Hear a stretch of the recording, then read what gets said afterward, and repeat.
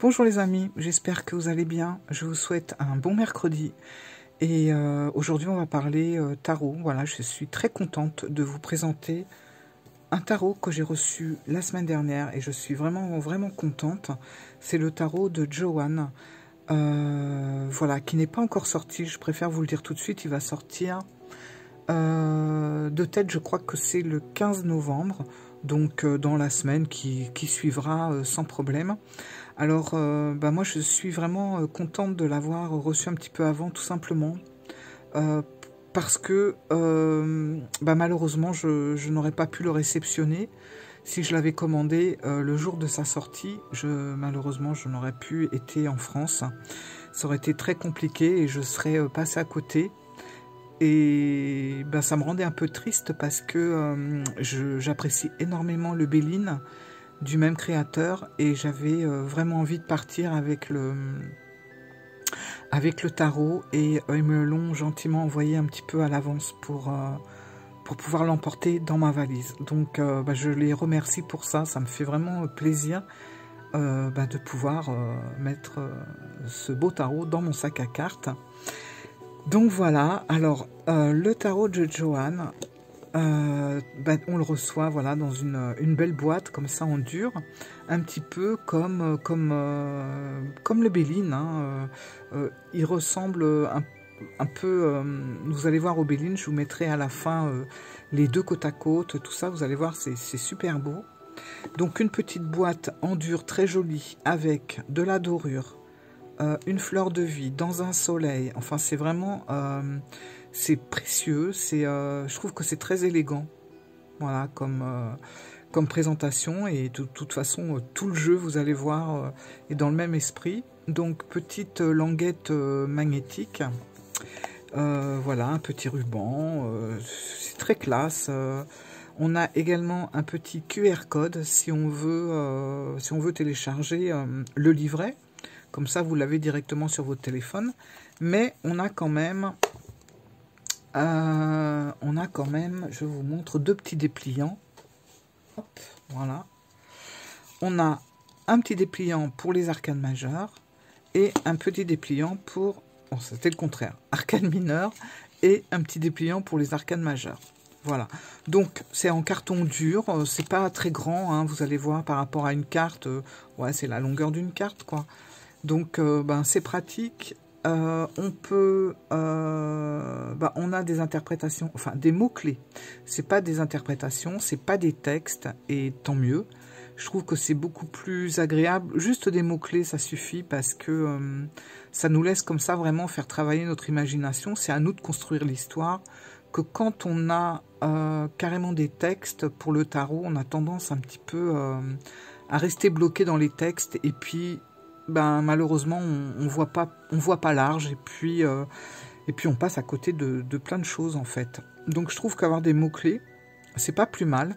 Comme ça après on fait nous-mêmes notre truc, quoi. Et notre truc, je vais y arriver. On a à l'endroit et on a à l'envers. On a également pareil pour les majeurs, voilà. Envers, endroit. Donc c'est bien pratique. C'est bien pratique aussi pour les débutants. Et vous allez voir que ce tarot, il est vraiment super pour débuter, je trouve. Hop. Alors déjà, il nous arrive dans un super beau pochon. Alors un pochon super agréable à toucher. Il est très doux.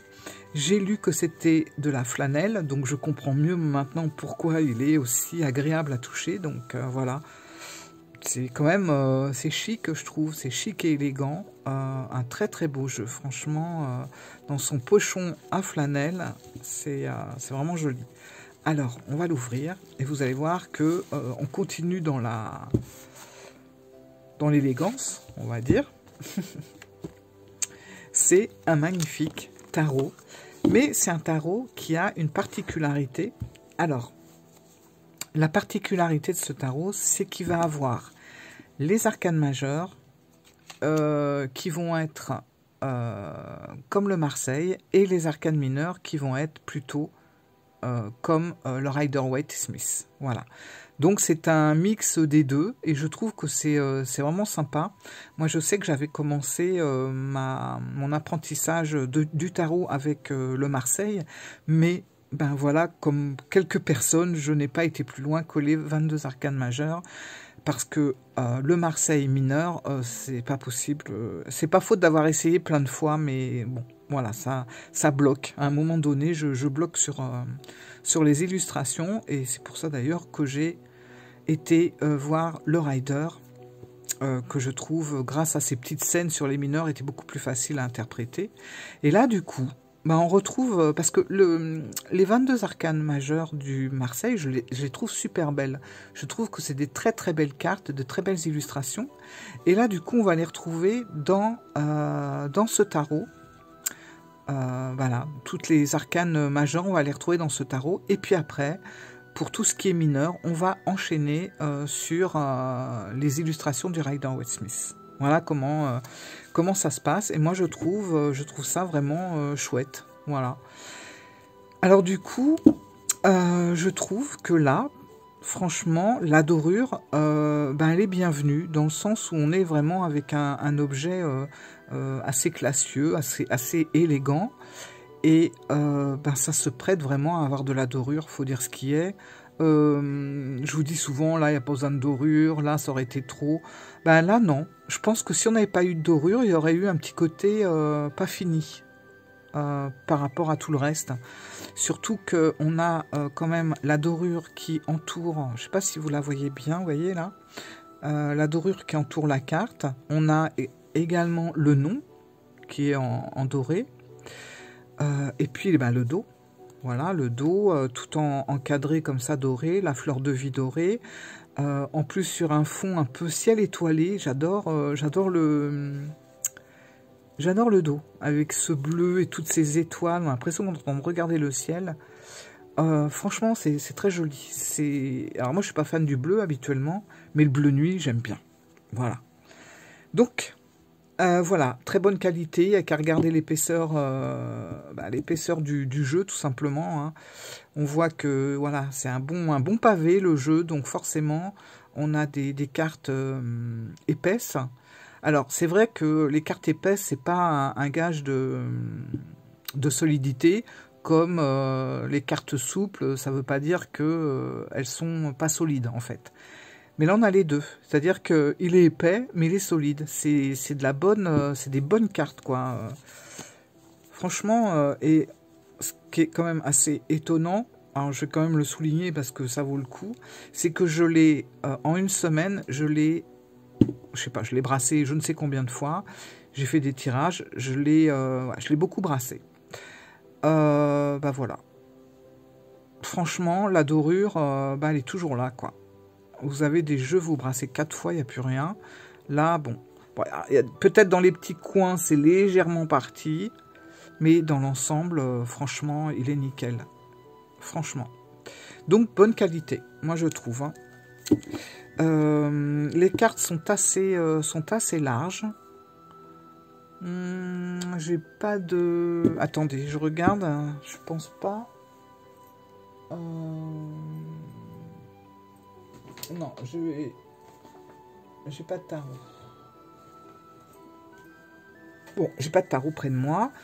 Enfin, j'ai pas de tarot classique pour vous montrer, mais c'est peut-être légèrement plus large, mais au niveau de la hauteur, on est pareil.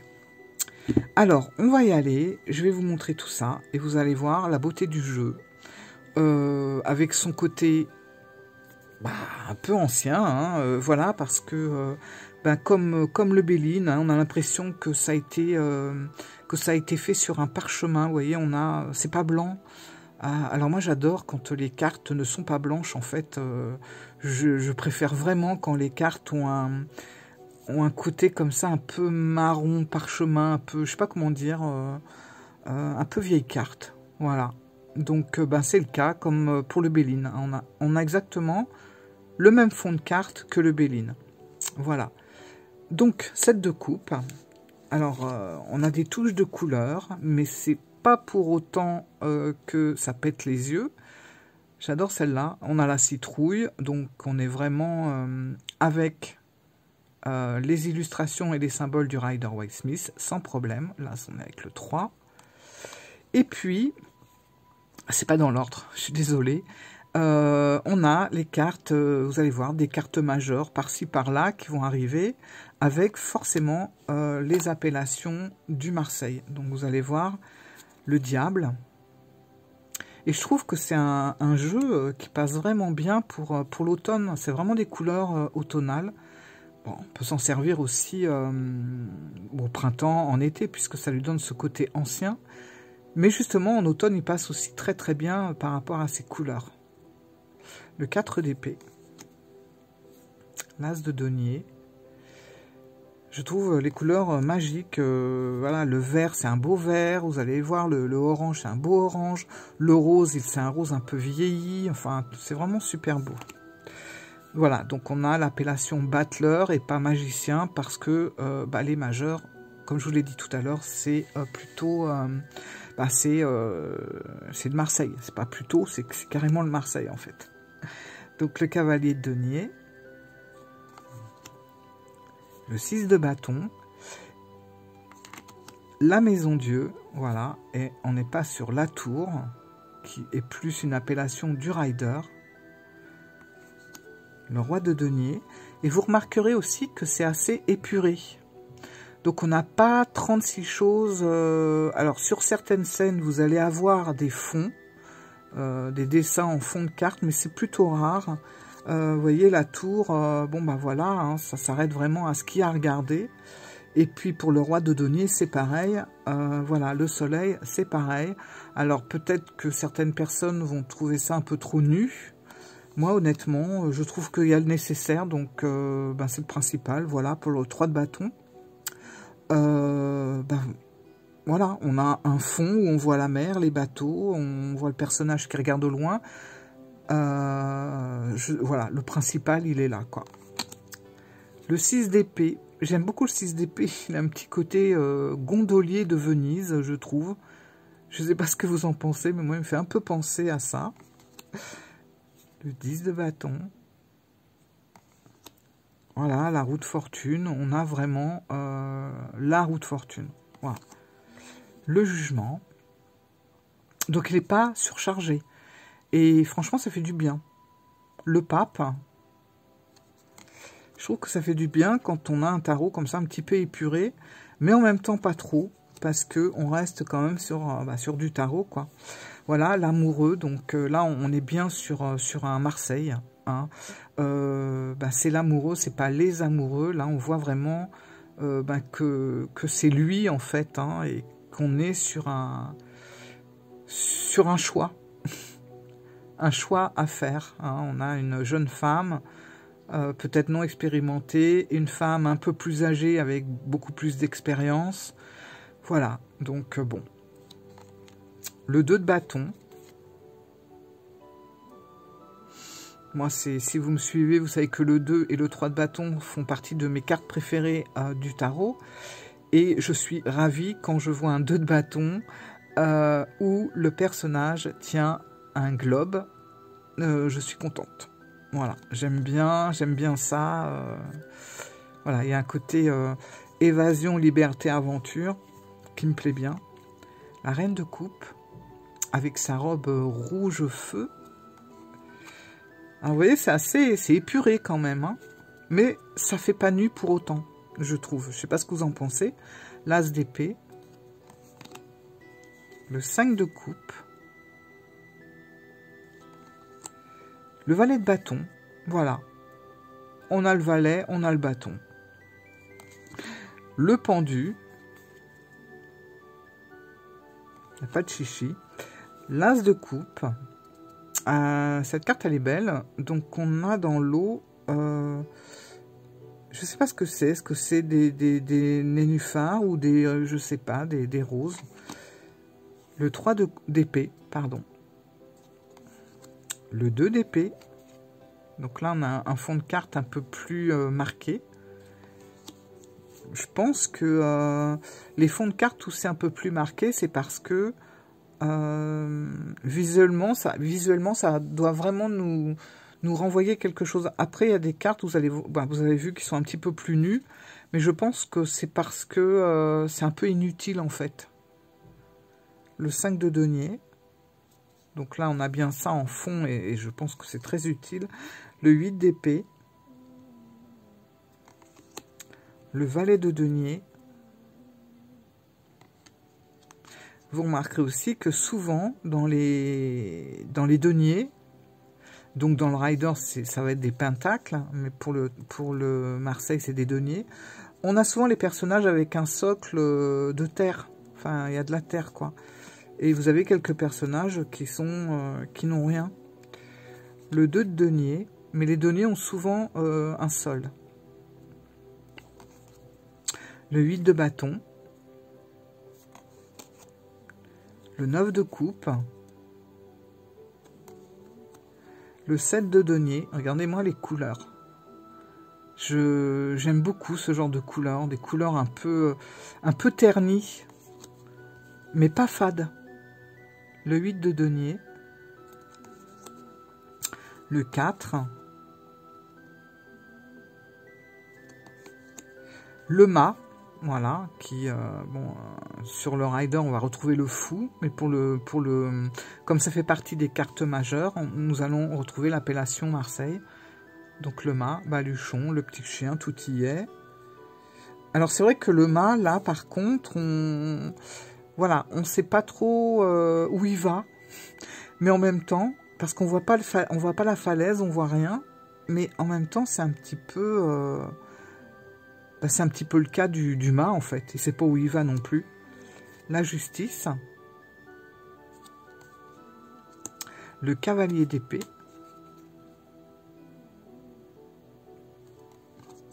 Regardez les couleurs du 10 de coupe. La reine d'épée. Et je trouve qu'on ressent bien les personnages avec leur suite. Là, on voit la reine d'épée, je sais pas vous, mais moi je la sens vraiment très décidée, avec son épée en l'air, le bras tendu. Elle a même pas un bras posé sur le trône. Hein. Elle tient comme ça son épée à bout de bras, bien décidée. Voilà quoi. La papesse qui remplace la grande prêtresse. L'impératrice, qui est beaucoup plus austère sur le Marseille. L'impératrice est quand même plus austère que sur le Rider Waite Smith, ça c'est vrai. La reine de bâton, alors elle c'est pareil, avec sa robe rouge feu. Le 3 de denier, le valet d'épée, le monde que j'adore. Je trouve le monde de ce tarot magnifique.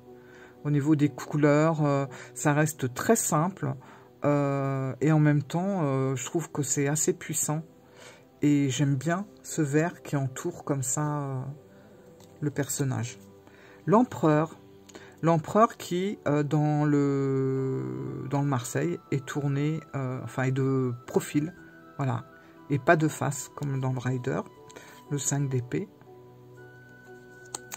Après la reine, nous voilà avec le roi.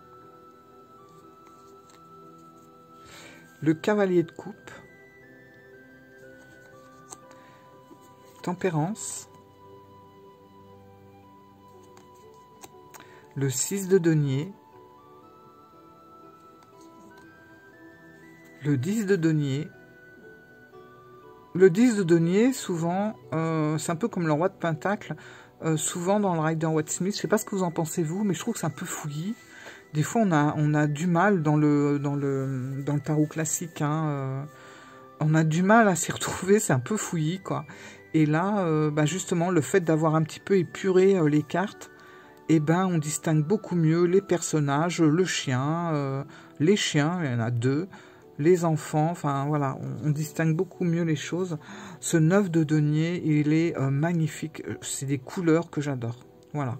Pour moi, ma couleur préférée, c'est le vert. Mais ce vert-là, avec ce jaune un peu marronné orangé, sur un fond parchemin, c'est magnifique. Entouré de dorures, C'est une réussite, franchement. Je sais pas ce que vous en pensez, vous, mais moi, je trouve ça, au niveau des couleurs, top, quoi. Le 4 de coupe. Le roi d'épée. Roi d'épée, hein, qui paraît très sûr de lui aussi. Hein, et comme sa reine, bah, il a, lui aussi, hein, il a l'épée qui tient, il tient en l'air. Voilà, quoi. Le 4 de bâton. L'étoile. Le roi de coupe. La reine de denier. Voilà. C'est vrai que la reine de denier, là, c'est clair. Voilà, on sait, on voit. Mais dans le classique, bon, c'est un peu... il y a tellement de verdure partout que tout se confond, en fait. Le 9 de bâton. Ah oui, m'a fait rire. Alors, bon, autant avec le Rider, on va être sur la mort, autant avec le Marseille, on va être sur l'arcane sans nom. Donc, c'est une arcane qui n'est pas nommée. Voilà. Mais je ne me rappelais pas que la mort avait... enfin, que l'arcane sans nom avait une petite jupette. Comme ça, je sais pas.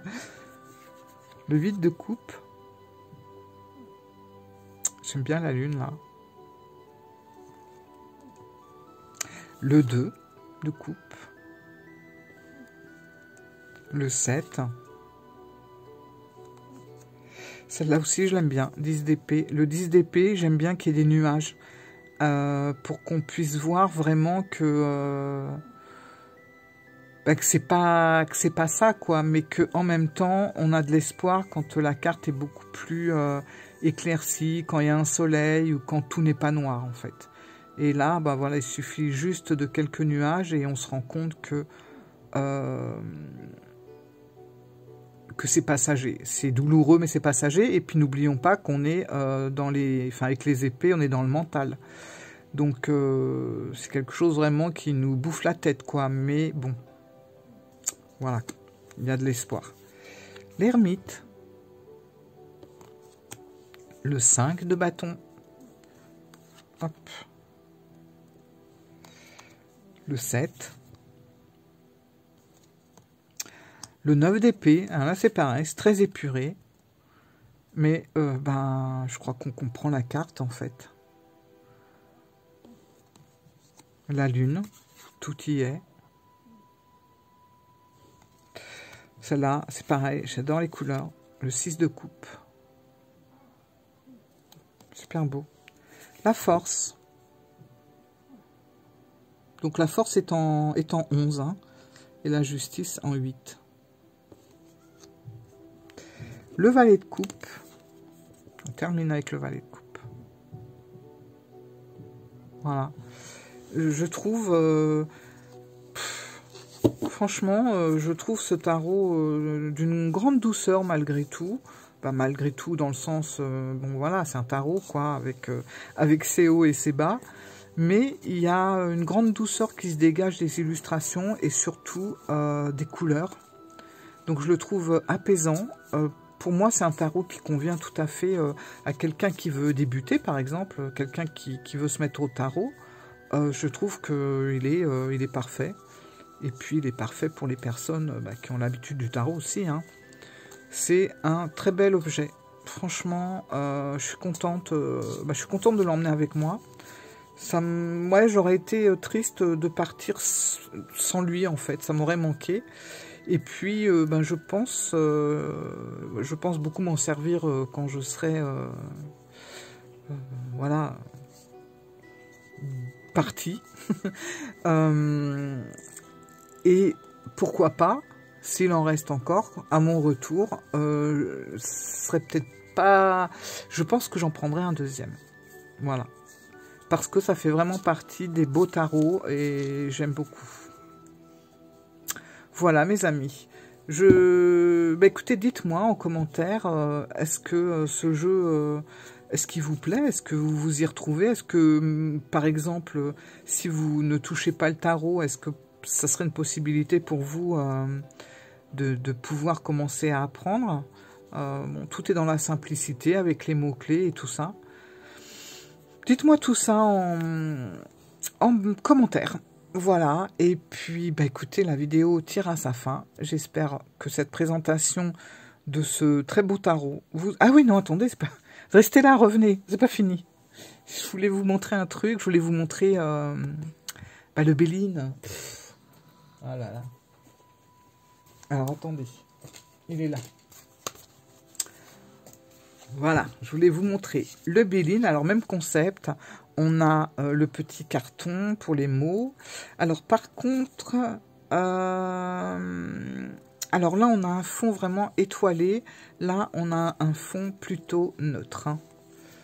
Mais bah sinon, regardez, hein, on est vraiment dans le même genre.